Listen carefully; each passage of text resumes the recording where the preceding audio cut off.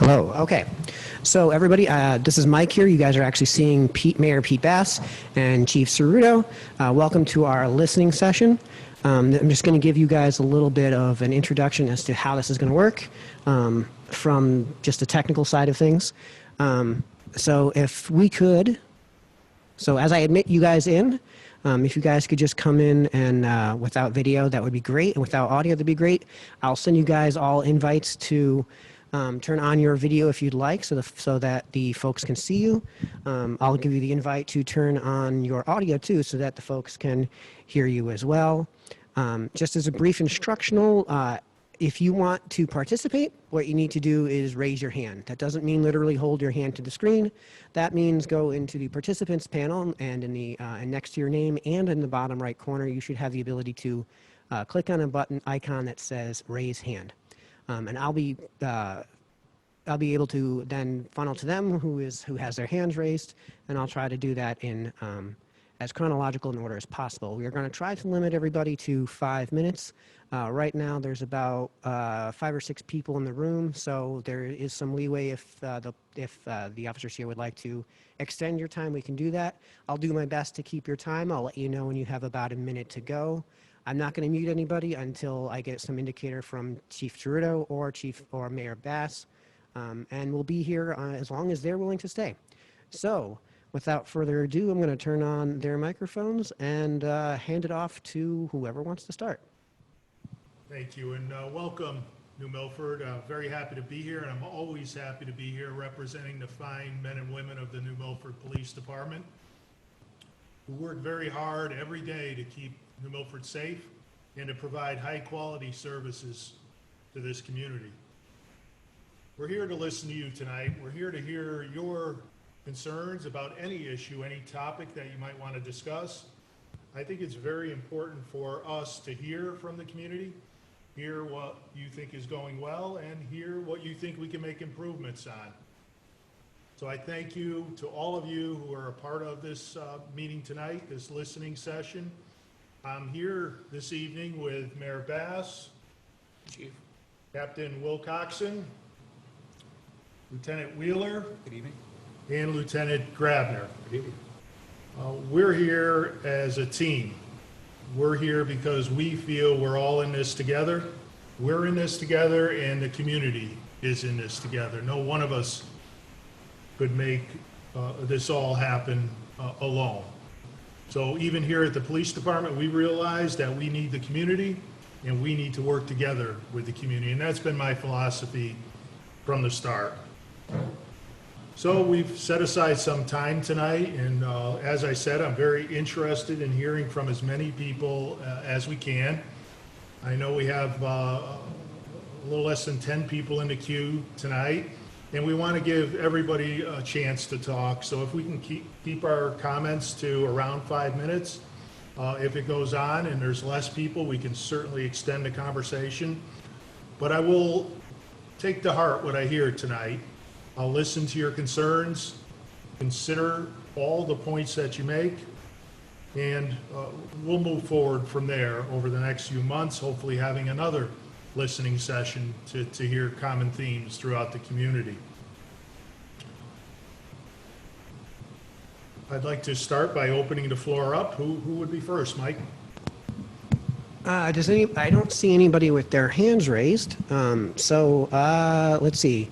So again, just as a reminder, to raise your hand in Zoom, you need to not literally hold your hand up to the screen, but there should be an option in the bottom right of the participants panel to raise your hand.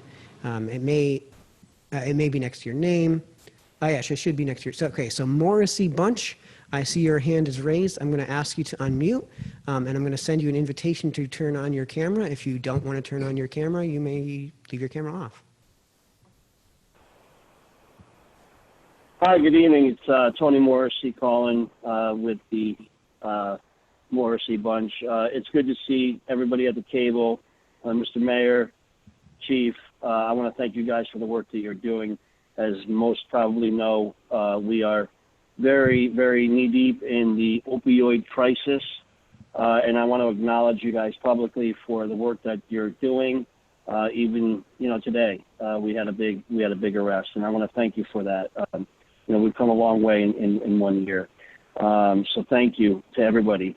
I do have a couple of questions about some ideas that you may have for the future and how we could pull the community in.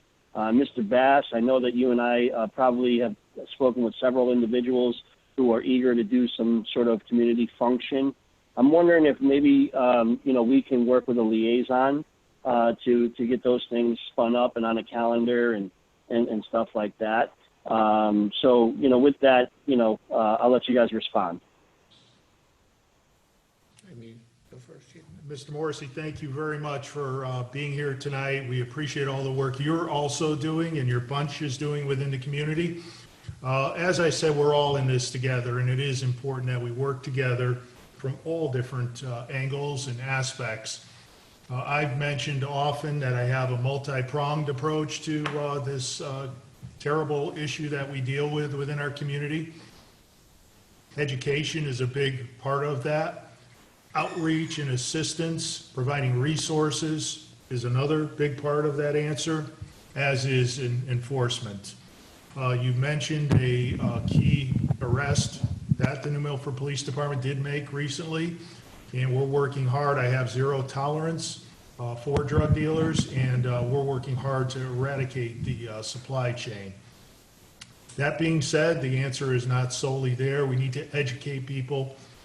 We're looking to educate all aspects of the community, whether it be our children, our teenagers, our young adults, and our older adults. We all need to be educated on how we can better assist those in need and help prevent possible problems. I do want to implement programs within the schools to include the DARE program. We're also looking at implementing a police youth cadet program, and we'd like to invite members from various groups within the community to address the cadet program so that we could make and start to make an impact early on. Providing services is another important aspect of fighting this terrible scourge. We have on our team Justin Colmer, a community care coordinator who has amazing resources within the community.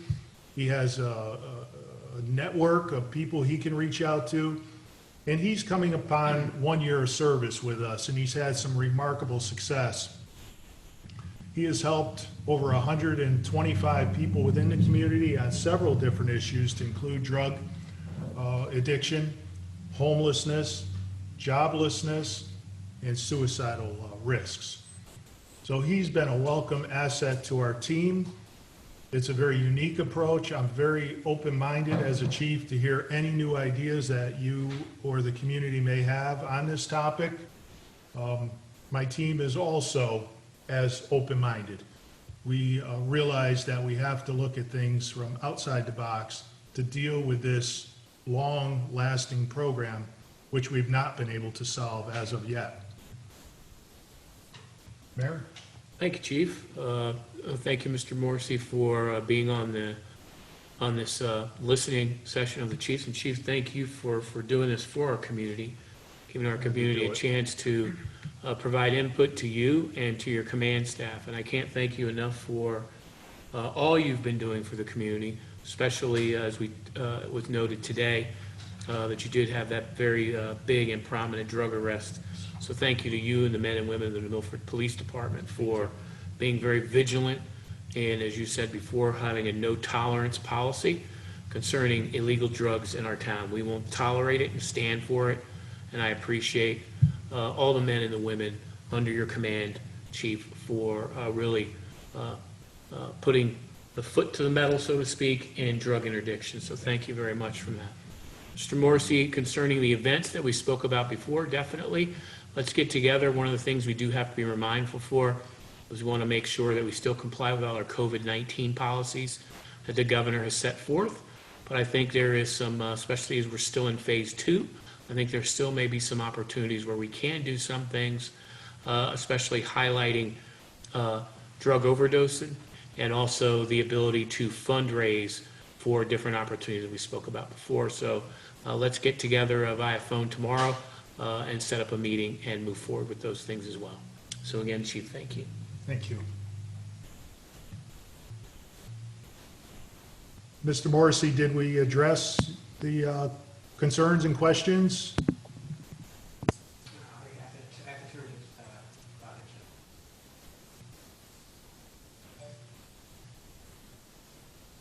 You guys are awesome. Keep up the great work. Mr. Mayor, we'll talk soon. And again, thank you, everyone. We've come a long way, and let's keep going.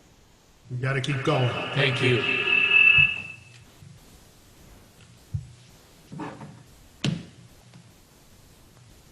Okay, Jim Delancey, I'm going to send you the invite. For those who are those who are calling in via telephone, in order to raise your hand, you need to press *9 on your phone. Dial *9 to raise your hand. And when we do call on you, in order to unmute yourself, dial *6. So, Jim, as soon as I just give me a second here, I'll send you an invitation to unmute, and I'll allow you to start video if you'd like. So. Go ahead, Jim. Okay, thank you very much. It's Jim Delancey from the New Beaufort Veteran Foreign Wars. I just want to say that our Chief of Police and all his personnel and our mayor are doing an outstanding job. I've seen such a change in this town in the last 8 years. I just want to say kudos. I really don't have much other than say at that, except I know they're doing a super job, and thank you both. That's all I have to say, and I have to sign out. Thank you, Jim. I appreciate that. The New Milford Police Department is a very veteran-friendly organization. We have a lot of respect for our veterans. We love working with our veterans, and we're here for you. Thank you for being with us, Jim. Okay, I don't see any other hands raised. Did you guys have anything you guys wanted to discuss? And real quick too, Mike, just for Commander Delancey with the VFW, who was just on the line before, we just want to thank all of our servicemen and women, both currently serving and those that have served, for all of their efforts and all their sacrifice they've given this wonderful country and our wonderful town. We cannot thank you enough for all of your service. And Commander Delancey, you and Commander McBriarty, thank you for all you do in our community, both with serving veterans and also serving our community. So thank you. Mike, are there any other hands up? I think we can take some time to talk about another important issue that we have in New Milford. This town has a lot of traffic-related concerns. I listen to people every day. I don't just listen to them here in this forum. Every day I receive phone calls and receive emails, and one of the most problematic issues I hear within the community is traffic safety. Whether it be speeding or red light violations, school bus violations, obviously are a big concern in this upcoming week. We at the New Milford Police Department are taking steps to address the traffic enforcement aspect of our job. I'd like to ask Lieutenant Wheeler to mention some of the traffic enforcement activities that we've been recently undertaking. We recently received a grant from the state of Connecticut in the month of August, and we did an excellent job at educating people and enforcing traffic laws. And in addition, obviously, we're very concerned with the schools opening in the next week, on people driving safe in and about school zones and around school children and school buses. Lieutenant Wheeler, would you make a few comments on Sure. traffic enforcement? Absolutely. Like the chief mentioned, we just completed the distracted driving grant that was awarded to New Milford Police Department for this fiscal year. The grant implementation of the grant was delayed a little bit due to the COVID restrictions and the procedures that the state was looking to put in place. But we started that campaign at the beginning of August. It lasted 30 days throughout August, and we just ended it. There was about $20,000 that was allotted to pay for police personnel to participate in the grant activity. So that's something that doesn't come off the taxpayers in New Milford's budget and is made available for us to enforce the traffic safety laws within our community. Like the chief mentioned, we're also always concerned about traffic, as you guys are. It's one of the, a good majority of the concerns that people address with us on almost a daily occurrence. We do have a plan in place that our patrol officers enact on a daily basis. We protect particular roadways on a weekly basis that we concentrate enforcement activities, and those are based on feedback that we get from the community, concerns that they have at particular intersections, speeds on particular roadways, or for instance, areas where we see a lot of accidents occurring. Those are the things that we try and keep in mind when we're putting these types of plans in place. Obviously, the chief had mentioned the schools opening. That's one of our major concerns, that obviously this is something new for everybody, how that's going to work with either more students electing to stay at home or those that are choosing to participate in the hybrid program, where we're going half the school week. Those are going to bring about additional concerns and possibly problems that more parents may elect to choose to drive their children to school rather than place them on the bus because of COVID concerns. So those are things that we keep in mind, that we're taking into consideration. We'll have additional officers on hand at the opening of school to address some of those concerns and to just keep an eye out to see if we have other issues that show up and that we have to address. So those are some of the things that we're looking at right now. We also have in the pipeline a DUI grant that we're going to be applying for. That is in the works right now, and we should know sometime by the end of the fall whether or not we do receive that. So that's going to be additional officers on the road, specifically looking for people operating vehicles under the influence, as well as other types of motor vehicle violations. Chief, do you have anything else you want to add? Excellent. Thank you. Lieutenant Wheeler is our Field Services Commander. He's in charge of our patrol division, and thank you for doing such a good job out there. We are focusing in on traffic enforcement, traffic education. We're in the process of implementing traffic motorcycles at the New Milford Police Department. The officers are off to training next week.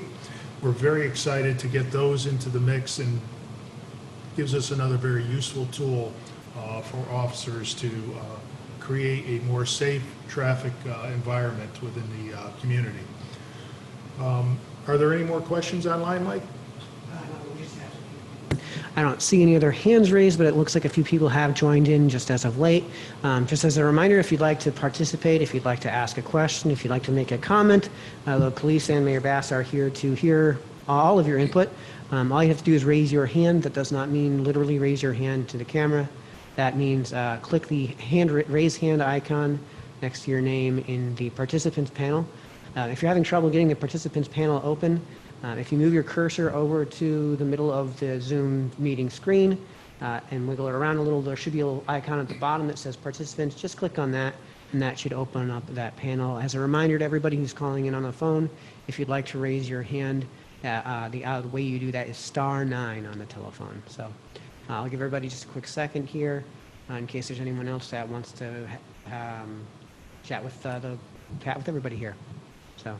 And I know, Chief, as we're waiting for people to put in their questions, I know some of the things that we've talked about that you've put in for very big initiatives as soon as you got here, I think the public will be very interested in is, first of all, policies and procedures. I know you've been reviewing those.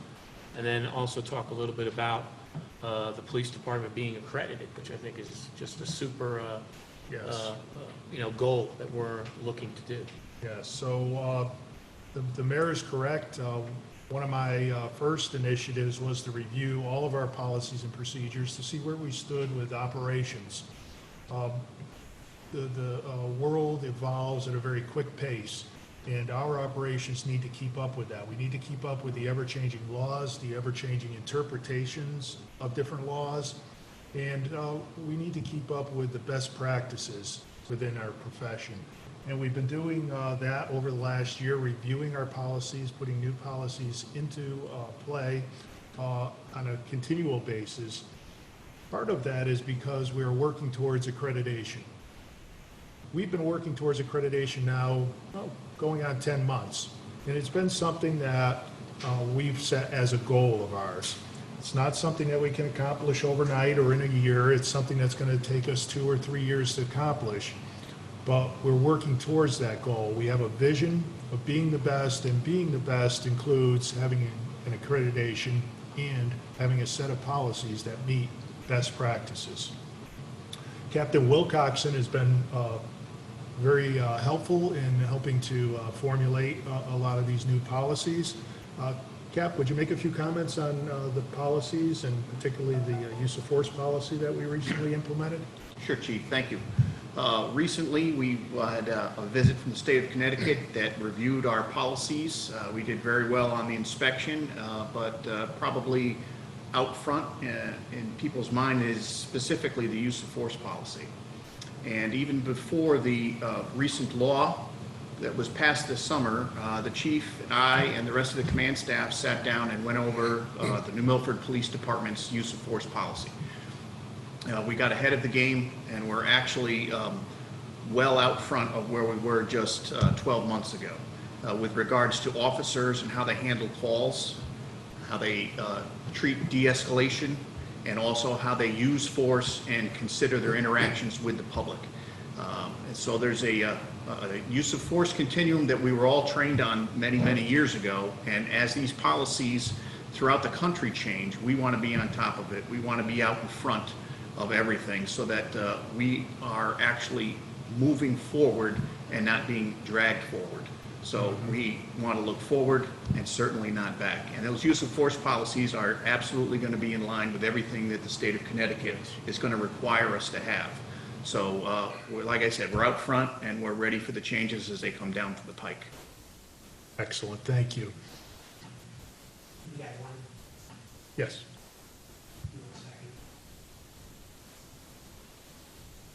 Okay, so Stu, let me turn it. Stu, I'm going to send you an invitation to unmute yourself.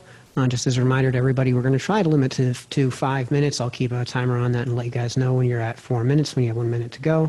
I'm going to send you an invitation to unmute yourself, and I'm going to send you an invitation to turn on your video. If you don't want to participate in video, that's fine. So Stu, shoot. Great. Thank you very much for inviting me to this. It's great that you guys are participating. There's just a few items that I need to be addressed. And one of those items is Town Farm Road. The speeding on Town Farm Road, the speed limit's 25 miles per hour, but I don't expect people to drive that slow. What I would like to see is if they could at least go 40 miles per hour, but typically you're looking at anywhere from, 50 miles to 60 miles per hour. And it's kind of hard when it's a residential road to get out of your driveway. I understand that the road isn't really conducive to pulling a car over. So I know that's an issue, but I'm not sure if there's another way to perhaps look at it and address it. Speed bump. Yeah, perhaps maybe a speed bump or something to prevent them from, going excessive speeds. The other two items are related is 202 southbound. It used to be no right on red there. They made that a right on red. And South Main Street, they made that a right on red. The problem is with everybody making right on reds, when the light turns green for a left-hand turn on Grove Street, they can't get onto the road because it's backed up because everybody's making a right on red and preventing. 67 can't get on the road unless they pull out into the intersection, block traffic. The same thing holds true for South Main Street. Is there a way that could revert back to no right on red? And I think that would fix those two issues. That seems like pretty simple. Excellent point, and not the first I've heard of that. We need to work with the state. Obviously, state roads are controlled by them, and they will make the final decision. But that doesn't mean we can't make our point in a strong manner. So let me take that information, let me look at those intersections more closely, and let's see if we can somehow just let the state know of our concerns and see if we can get them to consider those options. The no right on red option, for example, might be something we can compromise on. As far as speeding on your road, Town Farm Road is on our radar. Sorry for that, but it is on our radar, and we do have to focus on speed control in that area. I know I've had officers there over the last month or two, and I've gotten feedback to this effect. So it is an area that I'm aware of, and it is an area that we're going to put on our enforcement routine. Speeding is a big problem because in every accident, speed is involved. If we could reduce speed, we could reduce accidents, therefore save lives, reduce injuries, and reduce property damage. It's all about public safety, and thank you for letting me know about that.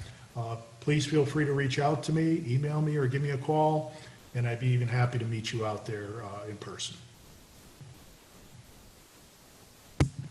Okay, so Chief, I don't know if it was your intention to allow people to come back if they'd like, to continue to raise their hand? Sure, as long as. Okay.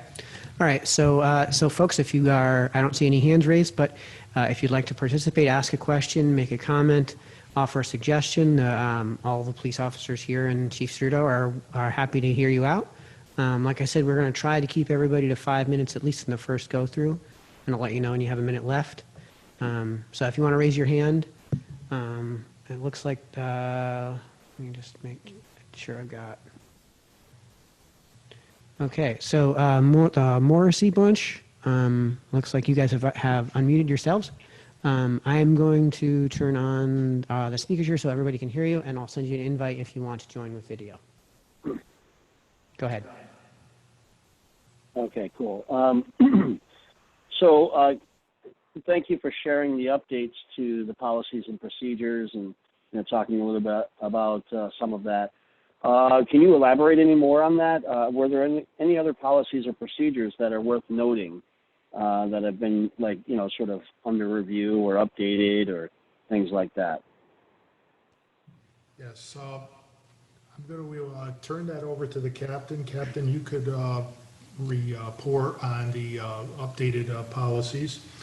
We did have a recent review with the state of Connecticut. The captain was in charge of that review. It involves 16 standards and about that many policies. Some of them related to anti-bias and such. Others related to, as I said, use of force, not only in the deadly force realm, but also in the less lethal realm, to include our taser policy. But I'd like the captain to speak to that more specifically because he's been very involved in this project. Thank you, Chief. So as the Chief commented on, there's a new program with the state of Connecticut that was rolled out last year for the very first time. So this year was our second go-around. And the state of Connecticut sends out an inspector, and they look at these 16 different policies. You're inspected to make sure that you're in line with the state mandated policies. Some of them are regards to pursuits. Some of them are in regards to how you treat, investigate, and document sexual assault cases. It might be your use of deadly force. It might be your use of electronic weapons such as tasers, how you handle lineups. I think we mentioned anti-bias training in there as well, and they also look at some of your lesson plans and how you teach your officers and how your officers are taught on the range. And they look at everything from weapon accountability, equipment accountability, and your training programs to make sure that you're in line with what the state recommends. And we did very, very well on those. And as you know, the new police accountability bill that was passed recently are going to refine those, and they're going to come up with policies, state mandated policies, where we won't actually author those policies. They will be mandated by the state, and we put them into a training program for our officers where we can document the date, the time, and the number of times each officer reviews one of those policies. And that can also be tracked electronically, so we can tell whether the officer didn't have time to look at it this week, they're gonna look at it next week, we can do all that, and the inspector goes through all those. So back in the old days, you would have a simple sign-in roster with a pencil, everybody pass it around. That's all done electronically now. So we can actually track the officers as they go through these state mandated policies. And then by December 31st of this year, we have a group of officers that are also going to be completing their 3-year certification. So all officers have to have at least 60 hours of certification every 3 years. A little bit of change this year due to COVID. Normally that is taken care of in the July timeframe, but because of COVID-19, that'll be in December.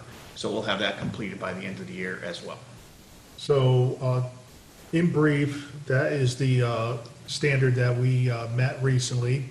As I said, the accreditation is going to require us to go through many standards. There's 128 standards to become accredited at a level 1 agency, and that will require us to have policies that relate to all different types of operations, personnel, racial profiling,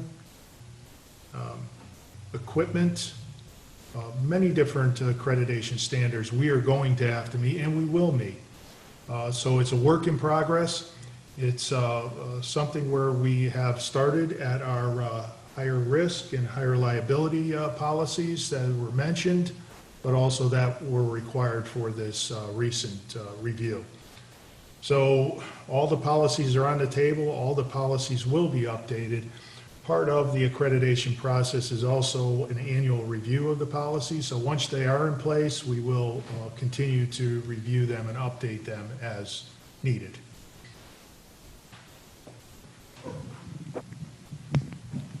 Okay, it looks like Morrissey Bunch still has their hand raised. I can't tell if that's still raised and forgotten, so I'll just ask you to unmute, and you can just let us know if you have anything more to say. No, that's great. That's a computer glitch there, but thank you, Chief, and thank you, everyone, once again. Thank you.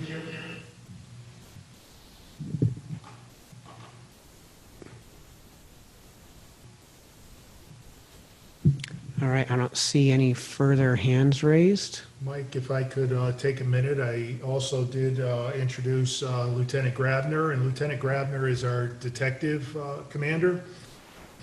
Very experienced lieutenant, and very proud of the work he and the detectives do on a daily basis. They work hard for our community and sometimes are not so readily recognized as the average patrol officer would be. So I just wanted to give the lieutenant a few minutes to discuss the focus, the different types of crimes the Detective Bureau looks into. And maybe you could talk about how we have been recently reaching out to partner with other agencies, to include the state and the federal government. Thank you, Chief. I appreciate it. So the biggest concerns we have right now in the Milford that come to the Detective Bureau, obviously, is our narcotics. We have an officer assigned to the Connecticut Statewide Narcotics Task Force. He's been there for a year now, but we've been part of the program for approximately 14 years. It's a great way for us to be active not only in New Milford's problems with drugs, sales and use, but also to reach out into the communities where the drugs are coming from to address that on a multi-pronged approach. We also have a detective in the FBI right now assisting with crime related to gangs in some of the bigger cities. They've also now partnered with the DEA to focus on drugs coming from New York City into Connecticut, which end up into New Milford. So we've definitely put ourselves into a multi-pronged approach to try to get to the problem before it gets into New Milford, and then also focusing on the dealers here in New Milford. Justin Colmer, we also work with him. We don't work with him in terms of people he's doing with treatment, but when people come forward with information as to people who are selling in town or damaging other communities, we can then have our detectives focus on the sale of drugs. The other issue right now that we're dealing with that was just publicly put forth by Hartford was the stolen car issue. We're seeing a lot of people leaving their key fobs in their cars, leaving cars unlocked. It's definitely a target of opportunity for some of these gangs to come into the smaller communities, basically just looking for cars that are open to go through them, and then unfortunately, in cases where the fobs are left in there, keys left in there, to steal those cars. Like we saw with Hartford, they said, I think in the last week, there was 80 cars stolen in Connecticut.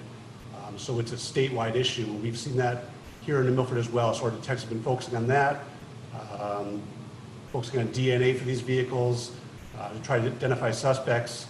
None of the suspects we see right now are in New Milford. They're coming from other locations. The cars usually end up being recovered in either Bridgeport or Waterbury or Hartford. So it's definitely something we hope our residents are focusing on, securing their vehicles, keeping a property that's valuable out of sight in their vehicles. It'd be a huge help for us. So that's some of our tasks right now. And then on top of, like we spoke about before, the chief, working on policies to make sure that we're at the highest level for our detective bureau in terms of our training, our resources, and focusing on trying to solve as much crime as we can with our detective bureau. Excellent, thank you. So you can see there are a lot of things going on at the police department. Of course, while we're working on all of those issues, we also try to outreach to the community. We try to be a part of the community and not apart from the community.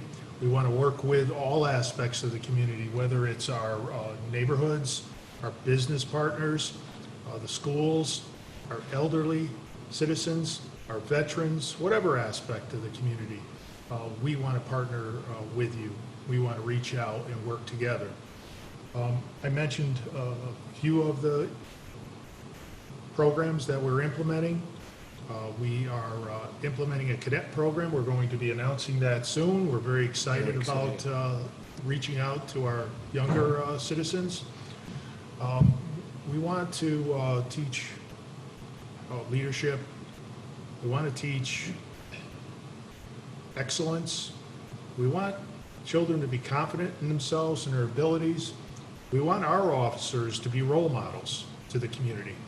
So these programs are very important to me with my philosophy of community policing, and we're going to continue to implement programs that we think will help us connect better with the community. I was sitting at my desk tonight waiting for this meeting, and I got a call. I got a call from a citizen, as I often do, and it was a good call. The citizen complimented an officer, and he didn't want to leave his name, but he said, "Chief, I got to tell you, this officer, as simple as it was, made an impact." He said he wasn't having a good day. Matter of fact, he wasn't having a good week. He said he was out on the green, and one of our officers was sitting in the patrol car with the window down watching the area. The officer looked over, smiled, waved to him, asked him how he was doing. And this citizen said that made the world to him. Said it meant the world to him. Changed his day, changed his outlook. The officer smiled, told him to have a good day, and it was small talk. The citizen thought enough of that to pick up the phone and give the chief of police a call to let him know that one of his officers did such a good thing. And I told him that's what our officers do every day. They treat people with respect. They know that they can be a role model within the community. They also know that they can help people who are having a bad day just by a simple hello and how are you doing and a smile and a wave. And those are the kind of officers we have. We have officers who are approachable, officers who can communicate well, officers who are articulate, but also officers who are compassionate. And again, I'm so proud to be the chief of this police department with such fine members. We sit here as the command staff, and yes, we set the tone, and yes, we set the vision. We set the example, but they are the ones that get it done. The officers, the detectives, the staff, the dispatchers, they're the ones that make the difference, and they're the ones that really get the job done. And I also know, Chief, one of the things that I know you've been a big proponent of is, as you were just talking about a little bit, about community policing, being out in the community. And for the police department to kind of look like our community. And I know we here at Town Hall, we raise the flags of different nationalities here in town.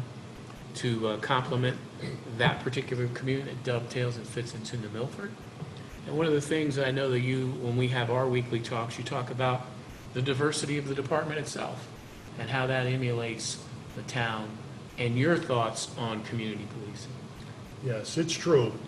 We, as a police department, I believe, should reflect the diversity within the community. And that's something that we are very, very attuned to. As a part of our recent review of our policy and demographics, we were able to ascertain that we are a department with diversity. Over 16% of our department is diverse, and that reflects twice what we find within our community. We think it is important to also recruit and encourage people of all religions, all race, all genders to apply and to work with us in any way that they can. We believe we're all in this together. We are all citizens. We're all of the human race. And I know, Chief, I can't thank you again enough for really personally your outreach as well. I know we went to Faith Church a few weeks ago, Yes. and we're there for kind of hearing from the community down the southern part of New Milford about policing and about community, and just hearing from the public as well, just the need to make sure that we have a safe town, Yes. a safe area so that our families can go to work, our husbands and wives, significant others can go to work, make sure that their property is safe. Businesses here in town are safe, but also that we, have a department that's just, a department that, follows the rules, follows the procedures, and wears their shield with pride. And I just really want to compliment you and our men and women of the police department for really upholding that. And I can't thank you guys enough for that. Thank you. I appreciate that. And you're right, that was one of their concerns. They wanted to make sure that we were a just, ethical, and transparent department, and we had those discussions, and it's very enlightening to sit down with citizens face to face and discuss these issues. It's important that they feel comfortable coming forward to us, and it's just as important that we feel comfortable with them. We need to work together. We all have a different perspective, and although we may not all agree on every topic, there's always room for compromise, and there's always room for us to say, all of us together could come up with a better decision than any one of us. No one of us is smarter than all of us. Mike, is there anyone else in the queue? Yeah, Meredith just raised her hand, so I'm just going to admit this last person here. Meredith, I'm going to send you an invitation to unmute yourself, and then I'm going to send you an invitation to turn on video. So, shoot. Can you hear me?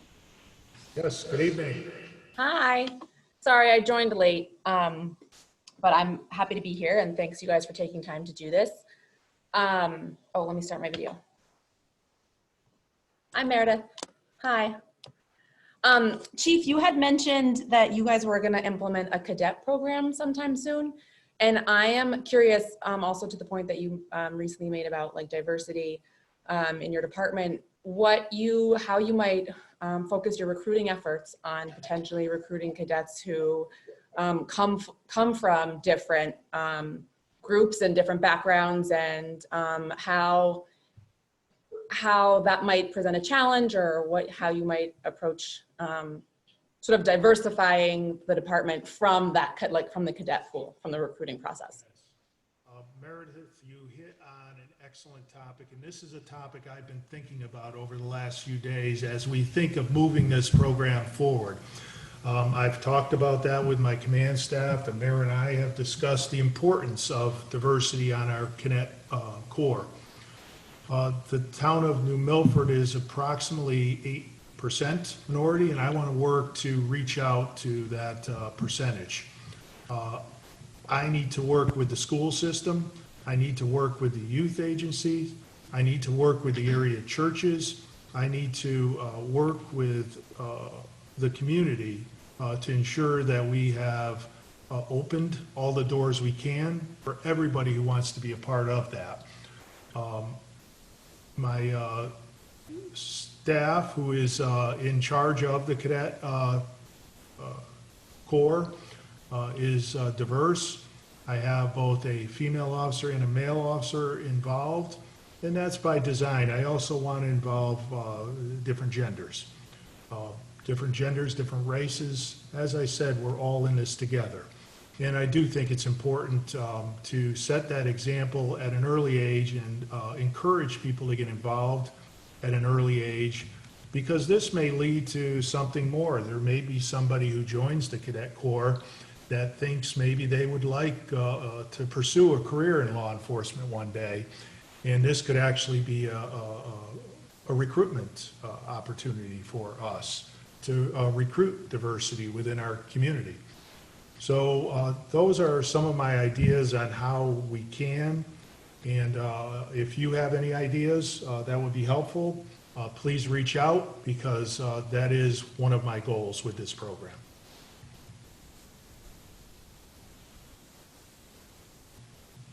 All right, I see no further hands raised, so Okay, well, I think we can wrap it up. I think that this was a very worthwhile exercise in listening.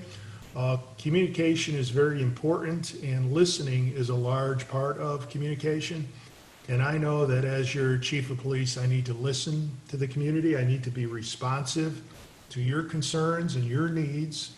Our police department is here to address those needs and concerns. And as I said so many times this evening, we want to work with you, and we want to be a part of the community and not apart from the community. Thank you all very much. Gentlemen, thank you for being here tonight. Thank you, Mr. Chief. Mayor, I appreciate it. Thank you, sir. Have a good night, everyone. Good night, everyone.